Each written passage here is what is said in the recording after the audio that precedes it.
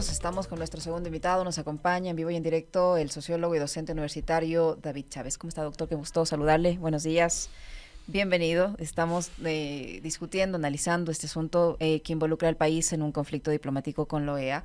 El doctor Tandazo hacía su exposición, pero a nivel político, el presidente de la República trata de minimizar el tema, sus ministros lo propio. Es más, el presidente viaja coincidencialmente donde se realiza el juicio del caso Polid, en el que se ha vuelto a incluir en el supuesto testimonio de una persona que había sido desestimada en Brasil, que es el caso de Brecht.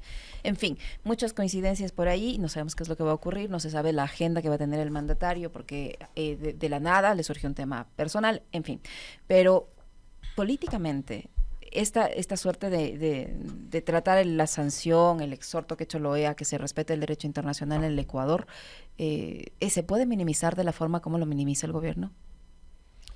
Hola, Licenia, Alexis, gracias por la invitación, un placer estar acá. A ver, de que pueden minimizarlo, como bien has señalado, Licenia, efectivamente esa es la estrategia del gobierno, es dejar en evidencia que no es gran cosa, que lo que ha ocurrido en la OEA es en esta especie de lenguaje futbolístico que están utilizando, creo que decía Alexis en el comentario, han empatado o algo parecido, es decir, están queriendo decir, no es gran cosa, invadir una embajada no es tan grave. Le estamos dando una lección al mundo, dice Esteban Torres. Exactamente. Y sí, coincidiendo con Augusto Tandazo, el pronunciamiento de la OEA puede ser utilizado por el gobierno de esa manera, me parece que sí, porque hay allí unas cosas extrañas que se han hecho en ese pronunciamiento y el gobierno lo va a utilizar. Ahora, evidentemente hacia adentro, la intención del gobierno es recomponer su desgaste, lo que podría ser más bien, para ser precisos, el inicio o el aparente inicio de un desgaste político que podía afectarle en la Asamblea. Y para eso ha recurrido, yo voy a darme el gusto, digamos, de decir que yo insistentemente he dicho que ese mito de que el correísmo y anticorreísmo ya fueron superados, ya no están en la política nacional, que aparece en cada elección, sobre todo de la mano de consultores que piensan que la política es una estrategia de ventas y no un problema de poder.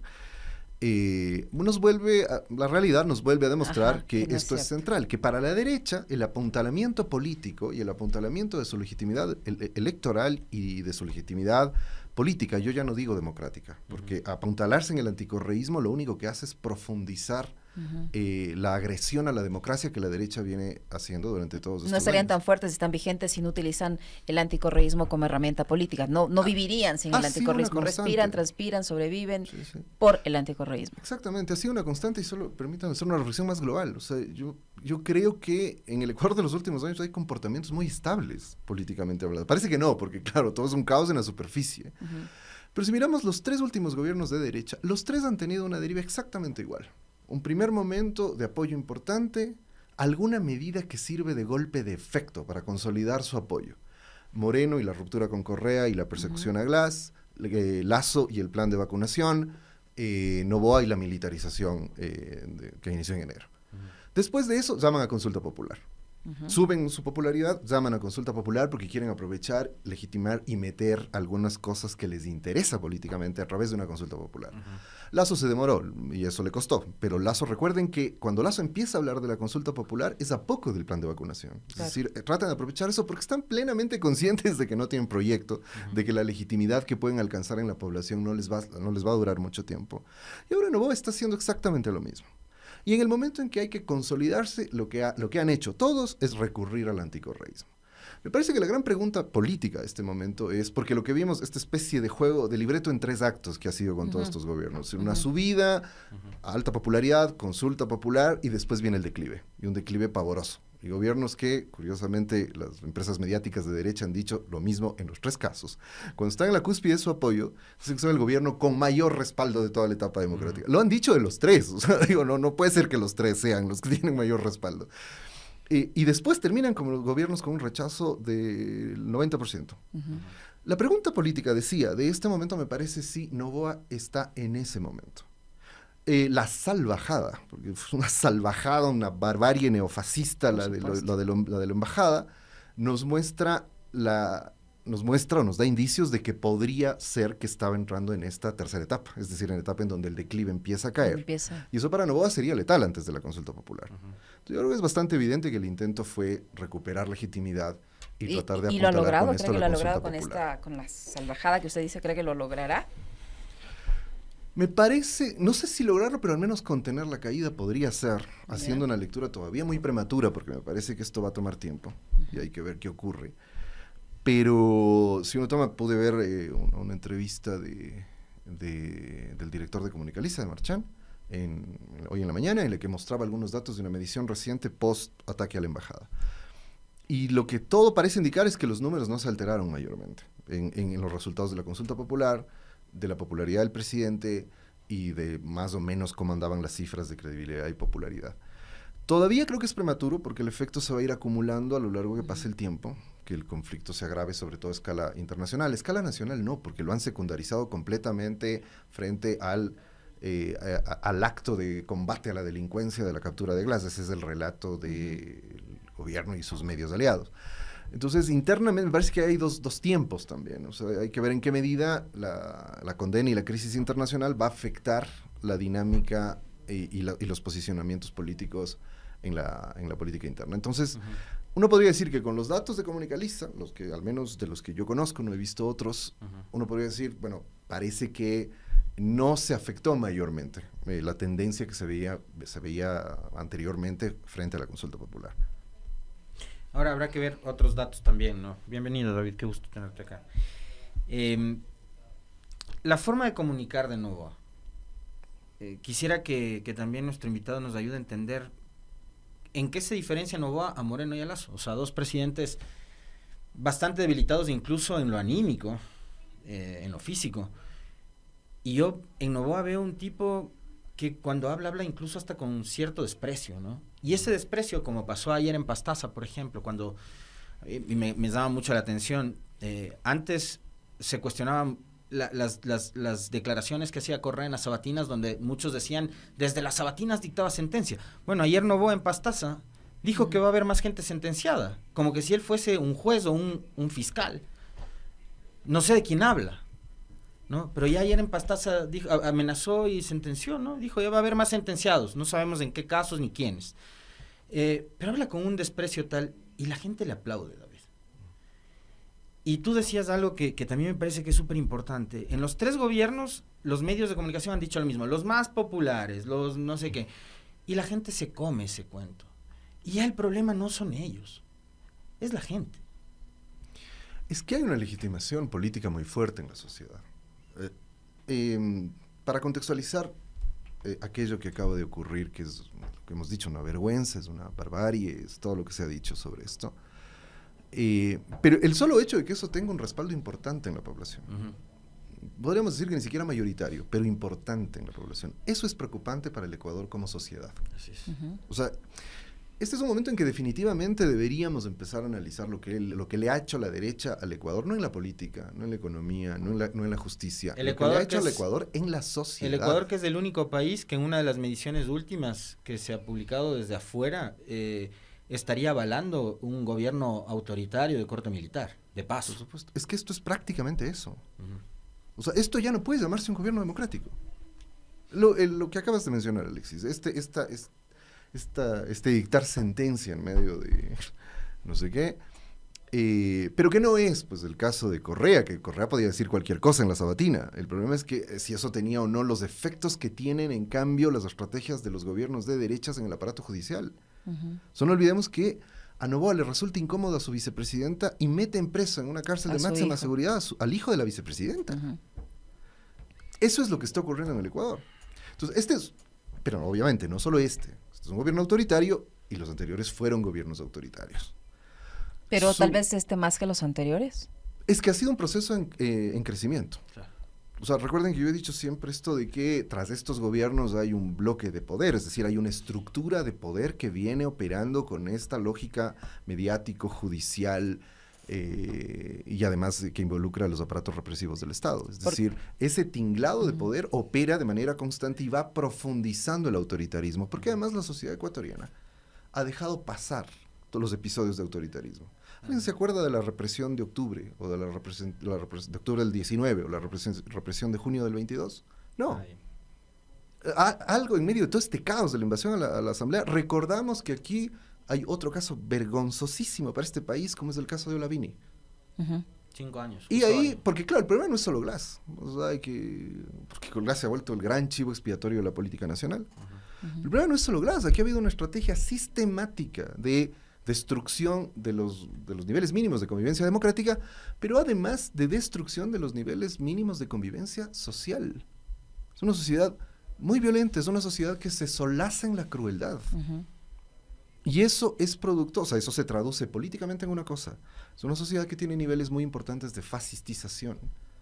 Entonces, lo que vamos a ver ahora, es decir, si esto no impacta en la consulta popular y la imagen de Noboa, si esto, por el contrario, consolida la imagen de Noboa y le hace ganar la consulta popular, para mí eso sencillamente es desolador, porque eso significaría que gran parte de la población tiene una perspectiva fascistizada del orden político. David, hace pocos minutos el presidente Andrés Manuel López Obrador y su canciller Alicia Bárcena han expresado cuáles son los puntos que incluye la demanda en la Corte Internacional de Justicia de la Haya en contra de Ecuador. Para los que creen que este es un partido de fútbol en el que hemos quedado empates. Y que esto recién empieza, que lo de ayer era una resolución de condena que no tiene cumplimiento obligatorio y que nadie le va a venir acá a poner una pistola en la cabeza al presidente de Ecuador para que cumpla los 10 puntos, ok, pero ojo con lo que pide el gobierno mexicano. Primero, juzgar y declarar que Ecuador es responsable del daño que causó a México. Eso evidentemente va a traer consecuencias incluso en lo económico. Suspensión de Ecuador como integrante de la ONU, mientras no se emita una disculpa pública, es decir, México está pidiendo incluso la expulsión de Ecuador del sistema de Naciones Unidas. Juzgar y declarar que en caso de una violación de los principios de la Carta, la Corte Constitucional es el orden adecuado para iniciar el proceso de expulsión como integrante de la ONU en virtud del artículo 6 de la Carta de Naciones Unidas. Establecer el precedente que en caso de que un Estado actúe como lo hizo Ecuador, sea expulsado como miembro de la ONU. ¿Qué decir de eso, David, para quienes creen que este es un partido de fútbol en el que hemos quedado 0-0? No, es que a nivel internacional el Ecuador está perdido. Es decir, un escenario de aislamiento internacional, un escenario de sanciones internacionales, me parece que es inevitable. Sin embargo, debo señalar algo que me parece que se debe tener en cuenta en ese contexto, más allá de que no es mi campo las relaciones internacionales, pero sí la política. Y creo que en el Ecuador un gobierno como el de Noboa o cualquier otro de derechas difícilmente iba a tomar una decisión así sin que al menos lo sepa la Embajada de los Estados Unidos y el gobierno de los Estados Unidos. Una decisión como esta se convertiría en una decisión muy grave a nivel internacional solo en caso de que Estados Unidos estuviese en contra. Si Estados Unidos estuviese en contra del país que hiciera algo así, sería sancionado rotundamente como hemos visto en otros casos. Algo de eso dijo ya el presidente AMLO también, ¿no? Sí, le ha venido increpando que Estados Unidos ha sido tibio y demás en sus declaraciones frente a esto y me parece que tiene la razón. No, pero ahí dijo que Ecuador, que los gobiernos débiles actúan así porque se sienten respaldados por otros países claro. O por potencias. Exactamente. No, es tan sencillo como esto. No voy a poner Venezuela, es el ejemplo más extremo. Pero imaginemos que habría sido al revés, que AMLO invadía la embajada de Ecuador o que Petro invadía la embajada de Ecuador. La respuesta de los Estados Unidos habría sido contundente. Recuerden que los Estados Unidos, cuando toma sanciones, ni siquiera pasa por los organismos internacionales. Por el poder que tiene, sancionan nomás. Te bloquean nomás, o sea, sancionan nomás. En un contexto distinto, los Estados Unidos actuarían de otra manera. Yo sé que el gobierno del Ecuador, le voy a robar una expresión que me pareció muy divertida de Ramiro Aguilar, de que estamos gobernados por el subnormal Sporting Club. Yo sé que son eso, ¿sí? Pero es indudable que los nuestros, los últimos, todos los gobiernos, son gobiernos tutoriados por los Estados Unidos, ¿no? Y no van a poder tomar decisiones por fuera de ese marco, o prevalidos del respaldo que tienen de los Estados Unidos. Yo me resisto a creer, porque he oído algunos análisis que dicen, no, pero los gringos no, del propio Correa inclusive, que los gringos no van a avalar una cosa como esta. Yo me resisto a creer. Digo, por más que sean el subnormal Sporting Club, no se podrían animar a tomar semejante decisión sin contar o sin tener en cuenta que van a ser respaldados tras bastidores, por supuesto, por los Estados Unidos. Por eso, conecto ahí con lo que ya decía también Augusto Tandazo de lo de la OEA, por eso el comunicado de la OEA. El comunicado de la OEA, si uno lee entre líneas, si uno lee las sutilezas del comunicado, uno ve la mano de los Estados Unidos. Al final de cuentas hay ahí unas líneas de fuga en las que se le hacen al menos guiños a la posición del Ecuador. Entonces me parece que ese respaldo ha sido importante para todos los gobiernos de derecha, pero también para el de Noboa. Creo que ahí a nivel internacional también eso va a pesar mucho. ¿Cómo entiende David Chávez la abstención del Salvador de Bukele? Porque obviamente Bukele es un autoritario absolutamente consumado que utiliza el pretexto, igualito que Noboa, utiliza el pretexto de el combate a la delincuencia y a las mafias y al crimen organizado para enseñorearse con un gobierno absolutamente autoritario en El Salvador, y me parece que evidentemente para Noboa ese es el modelo, o sea, lo mismo, un gobierno autoritario que utiliza el narcotráfico y la mafia como pretexto. La diferencia sería que parece, yo no conozco mucho lo del Salvador, pero parece que Bukele es al menos más eficiente. No va ni siquiera eso. Por lo menos ha logrado controlar de mejor manera la inseguridad. David, usted mencionaba que a nivel interno el gobierno ha logrado minimizar el impacto de las sanciones o de la condena internacional, posicionando el tema del ex vicepresidente Glass y su aparente lucha contra la corrupción. Y al parecer a eso se han sumado también ahora desde el ámbito judicial casos que se están investigando por parte de la Fiscalía. Resulta que de la nada aparecen ahora los testigos que dan testimonios anticipados, y resulta que en todo se involucra o al ex vicepresidente Glass o al expresidente Rafael Correa. ¿En qué medida esto constituye una especie de cortina de humo, de distractor? Porque son además testimonios que no se han podido confrontar, como ha sido la característica de estos últimos casos, que aparecen allí personas que sean procesadas y que en busca de beneficiarse posiblemente de una reducción de penas o de un trato preferencial o de no quedarse en la cárcel, dicen cualquier cosa sin que la posibilidad de las personas a las que aluden en sus testimonios tengan la posibilidad de defenderse o de contrastar o de comprobar que sea así.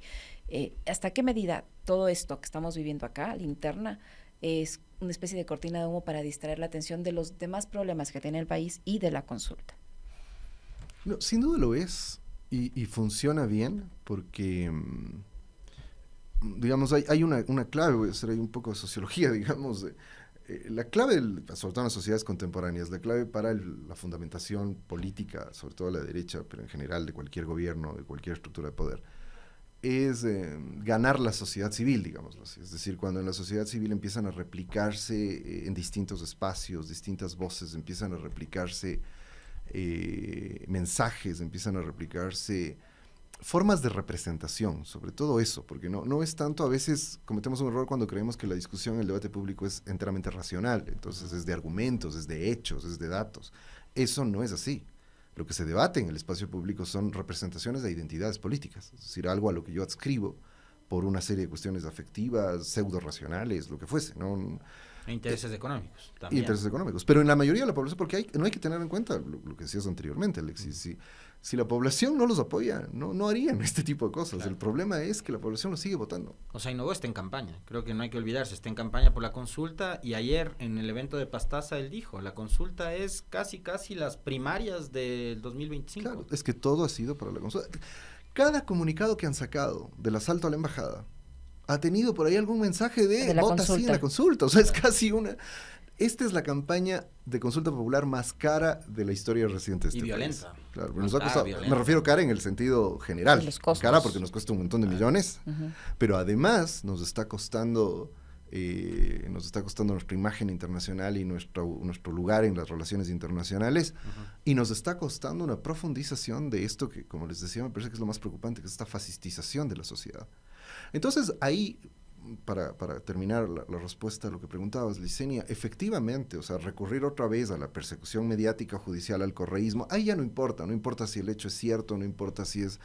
Todo esto es un poco lo mismo de siempre, ¿no? Alguien que dice, la declaración de alguien, algún titular de la prensa de derechas, de que alguno de estos testigos, un juez de estos, decía que conocía a alguien que conocía a alguien que conocía a Correa. Entonces, casi es el chisme barrio. Casi es que el vecino, el primo me dijo que Correa dijo. Transado para revocarle una sentencia, y resulta que el tribunal ni siquiera llegó ni calificó.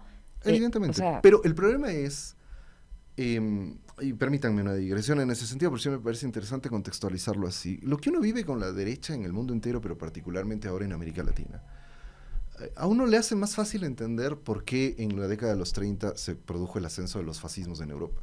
Porque uno cuando lo mira de lejos dice, no puede ser, ¿cómo esta locura ocurrió en una sociedad? O sea, ¿cómo es que llegaron a la bestialidad a la que llegaron? Y era sencillamente porque la gente empezó a tener esta identidad de no hay unos grupos humanos que son malvados y que son los causantes de todos mis males. Y eso se empezó a exacerbar al máximo, ¿no? A exacerbar vía propaganda la idea de que así era. No importaba, o sea, no importaba si lo que se decía era cierto o no, a ese grupo había que perseguirlo, ¿no? Y lo mismo estamos Esa es la viviendo lógica, acá, ¿no? y con unos niveles, o sea, es el correísmo, son los venezolanos, son los cubanos. Sí. La izquierda, los zurdos, las feministas.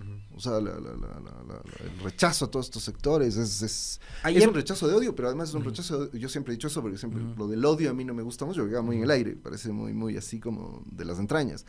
Siempre lo he dicho, es un odio de clase. O sea, eso es lo que han construido. Entonces, por eso, ¿por qué no se exige? Yo puedo estar completamente de acuerdo con que tengan toda esta malicia y esta crueldad contra el correísmo, contra Jorge Glass particularmente. ¿Pero por qué no contra Lazo? O sea, si lo que te molesta es la corrupción, los vínculos con el narco, digamos que todo eso es cierto. La corrupción, los vínculos con el narco, el autoritarismo, deberías tener una actitud tan feroz y furibunda con Correa, Glass, como con Lazo o con Moreno. Pero no es así. Inclusive, les recomiendo un ejercicio que a mí me parece que es un poco abrumador para entender esto, pero que funciona. No sé si esto siga abierto, pero si uno se mete a la cuenta, no recuerdo bien, ese ejercicio sí, en TikTok o en Facebook, no recuerdo, la cuenta de Fito. Y uno ve los comentarios de la gente, que estoy seguro que es la misma gente que es correístas, delincuentes, narcotraficantes. Con Fito es otra cosa. A veces casi de admiración. Entonces, claro, cuando una sociedad está entendiendo así los problemas, eso es gravísimo. O sea, por eso digo, la derecha no solo nos ha dañado políticamente, la derecha nos ha dañado como sociedad. Es que, fíjate, David, a propósito del ejemplo que pones con respecto a Lazo vinculado con Danilo Carrera con Cherres, y por ahí hay algunas cosas que lo ha ido mencionando levemente Boscán, que habla de, y más profunda y directamente José Serrano, que habla de temas mucho más delicados que vinculan a Carrera, ¿no? Con, por ejemplo, la contratación de jovencitas para sus satisfacciones personales. Pero Danilo Carrera, Cherres, Luque, este señor Luque y la mafia albanesa y el narcotráfico albanés y el narcotráfico vinculado a gente que es accionista de uno de los principales bancos. Pero eso no ha sido tan repetido como fue repetido durante los últimos 15 años, que el correísmo es igual a corrupción, correísmo igual a corrupción, correísmo, etcétera, etcétera, todos los días, todo el tiempo. Es una cuestión de repetición todo el tiempo, y la gente se comió ese cuento sin pruebas, además. ¿Cuáles son las pruebas? Yo ayer conversaba con colegas y les decía, hasta el sol de hoy, ¿dónde guardan 70,000 millones? ¿Tú crees que con 70,000 millones Correa estaría como está? Glass estaría como está. Glass no se hubiera ido del país si tuviera 70,000 millones. O sea, y esos cuentos, esos relatos, la gente se los comió y se los creyó porque todos los días te alimentaban con eso. Pero es como en el caso de Lazo no pasa lo mismo. Entonces, lo que tú manifestabas hace un momento, David, es la construcción de todo un aparato político, judicial, mediático, que creó esto. Sí, es que es cuando la ubicación del debate político está en las construcciones morales que hace la gente, y no en la política democrática como tal. Y perdón que te cite esto porque tú vienes del mundo de la academia tampoco escapa de esa construcción. Por supuesto. Es que en ese momento la discusión se vuelve entre gente que, vamos a decirlo así, tiene una especie del gen de la bondad y gente que tiene el gen de la maldad. Y es una disputa entre buenos y malos. En Argentina, por ejemplo, Javier Milei usa mucho y sus seguidores usan mucho esta expresión. Noten la fuerza religiosa de esto, de que ellos son las fuerzas del cielo y están enfrentando, obviamente, supongo, a las fuerzas del infierno, ¿no? Que es el peronismo, que es el kirchnerismo, etcétera. Entonces acá es lo mismo. Es decir, eso significa, a quienes están de mi lado les perdono todo, y a quienes están en contra les condeno todo. Entonces ahí El problema es que ahí la disputa política se vuelve no democrática, y eso es lo que resulta complicado, porque no es un problema que haya esas diferencias, yo lo he dicho siempre, la ideologización, la politización está bien en una sociedad, el problema es que las disputas se resuelvan por vía autoritaria, es decir, mediante persecución, etcétera, etcétera. Y obviamente creo que en este momento para el debate público es importante volver sobre estos temas, a veces podría parecer que no son tan importantes, pero sí, claro. Porque lo otro es debatir en el aire y en abstracto. O sea, sobre la consulta popular. Si debatimos las preguntas, pregunta por pregunta, eso va a ser lo menos relevante el momento en que la gente esté frente a la papeleta. La gente va a votar en función de estas identidades y sus complejidades. O sea, ahí lo que hemos visto, el comportamiento que aparentemente están teniendo las tendencias de ahí, por ejemplo, la gente sí está diferenciando lo de las preguntas del arbitraje y del trabajo por horas. Ahí me parece que está la gran disputa. Todos sabemos que el resto es un llamado a este sentido de necesitamos militarizar, necesitamos, etcétera. Que ahí no hay mayor discusión. Pero eventualmente si el gobierno perdería en estas dos preguntas, que son las más críticas, esa sí podría ser entendida como una derrota del gobierno. Me parece que ese es como el modo más claro de entender la estrategia política del gobierno y de quienes están en contra de la consulta. ¿Y cree que el gobierno se está preparando posiblemente para ese eventual escenario? Nada está seguro, pero para ese eventual escenario, ahora coqueteando con diferentes asambleístas que incluso ahora mismo se han separado de la minoría más grande que tiene la Asamblea Nacional. ¿Cómo mira usted la situación que ahora vive la Asamblea y la posibilidad de que se instale una nueva mayoría y así el presidente tenga pues todo controlado en la Asamblea también? Con la ayuda del señor Kronfle, por supuesto. En eso otra vez aparece el viejo libreto que ya hemos visto. O sea, Moreno hizo unas maniobras en el legislativo y logró mayoría. Lasso también hizo. Porque ese mito de que a Lasso no le dejaban gobernar, eso fue por un tiempo, que los socialcristianos medio se desmarcaron. Pero en general, durante muy buen tiempo tuvo una mayoría con el Pachacuti y la izquierda democrática que le funcionó. Entonces, en ese sentido, también es una réplica de lo anterior. Claro, el problema es que, como bien decías hace un momento, Licenia, esto ha tenido una profundización de la tendencia autoritaria que van mostrando estos gobiernos. Entonces, habría que pensar, por ejemplo, en qué medida en la Asamblea Nacional están existiendo presiones sobre los asambleístas y para desbaratar el bloque de la Revolución Ciudadana. Y ahí es donde está el problema, porque si el objetivo es voy a atacar al correísmo para satisfacer mis intereses personales en cualquier nivel que sea, como gobierno, eso es lo que sigue devastando la democracia en el Ecuador. Por otro lado, lo que sí me parece... Yo no cuestiono el correísmo, pero todo el mundo le está dando palo, además porque el correísmo recibe palos por todas partes, ¿no? Entonces, es deporte nacional. Claro, es como el correísmo es algo así como el cuchimbolo nacional, o sea, todo el mundo le da palo. Entonces le están dando palo gente del propio más afín, periodistas, consultores, porque ¿por qué se aliaron con Novoa? Y es una locura, yo se los decía antes de empezar, o sea, si el correísmo abre posibilidades de canales democráticos de gobernabilidad, es traidor, se vendió, está con la derecha, no sé qué. Si se opone es desestabilizador, está con el narco. No importa lo que hagan, porque vuelvo sobre lo que ha intentado ser la base de mi reflexión. Son estas identidades políticas las que están en juego. Entonces no importa lo que haga el correísmo está mal por principio para la gente que es anticorreísta. Y esas identidades políticas construidas también por toda esta ola de consultores que ya no piensan tanto la política desde la política, sino desde el marketing, desde la publicidad, desde la propaganda y del hecho de ganar elecciones. Ciertos consultores, no voy a decir no todos, claro, no todos. Ciertos consultores. Me atrevería a decir que la mayoría. La mayoría no entiende de política. Y no entiende de política por una razón. Porque ellos creen que la política es un problema de marketing y de ventas. Y es un negocio. Y es un negocio, y no un problema de poder. Entonces digo, yo de consultoría y de marketing yo no entiendo, yo no me metería en ese campo. Digo, pero claro, estamos en el país en donde es el reino de la deshonestidad intelectual.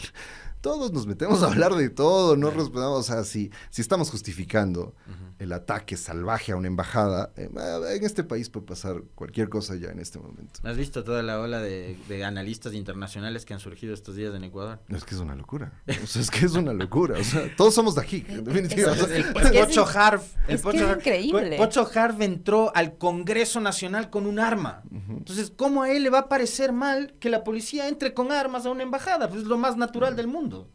Pero ¿sabe lo que también me asusta?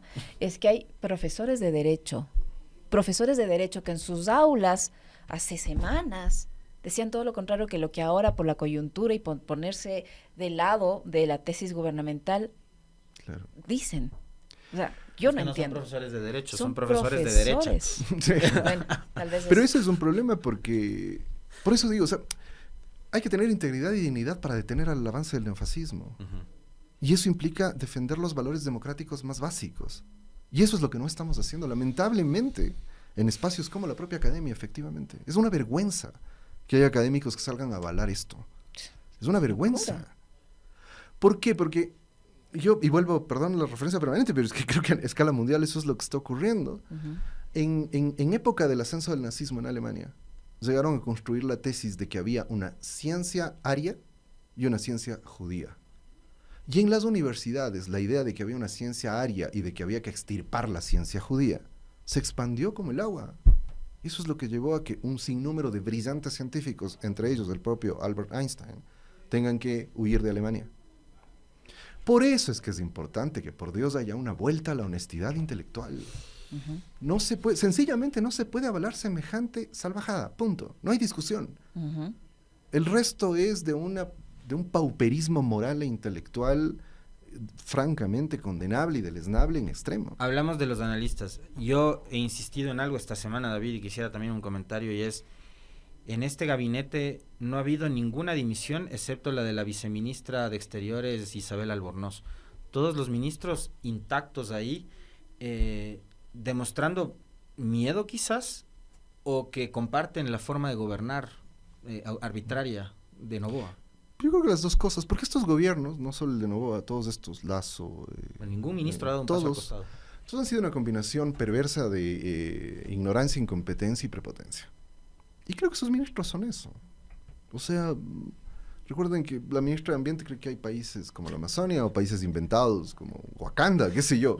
Kailaza. O sea, muy difícil que un gobierno a ese nivel entienda que cuáles son los comportamientos básicos de la civilidad a escala internacional.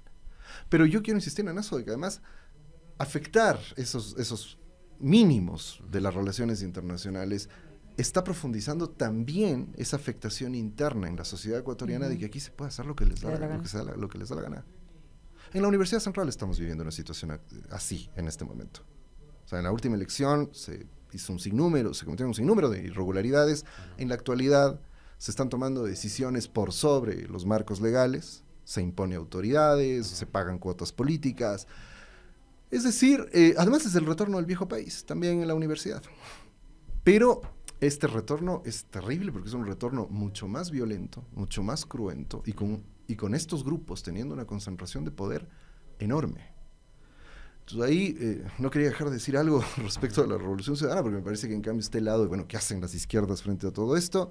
Es muy difícil, en una situación tan agreste y hostil, es muy difícil saber qué hacen. Creo que ahí también habría que pedir un llamado a la honestidad intelectual a consultores, analistas que están dando cátedra de lo que debería ser la Revolución Ciudadana. Es, bueno, hagan un partido, tengan el 30% y traten de mantener ese partido con la más salvaje persecución judicial, mediática y política de los últimos años. Y ahí quisiera ver qué estrategias aplican.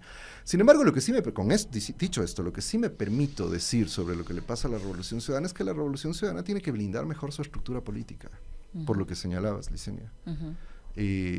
Porque ahora no es que se va un aparecido, aparentemente, si van a, y así tenemos en cuenta la votación por la ley de turismo, no es que estamos hablando de asambleístas de cuarta línea que llegaron a última hora y les pusieron en la lista. Estamos hablando de cuadros importantes de la Revolución Ciudadana. Y eso habla de que hay problemas en la estructura organizativa y en el modo en que se procesan estas cosas a la interna. Y eso creo que sí, si algo puedo decir, creo que eso sí es necesario mejorar. Muchísimas gracias, David. Muy gentil por acompañarnos siempre. A ustedes, siempre un placer. El sociólogo y docente universitario David Chávez, que ha estado con nosotros, 9:05. Disculpas a las Guarmis que ya vienen.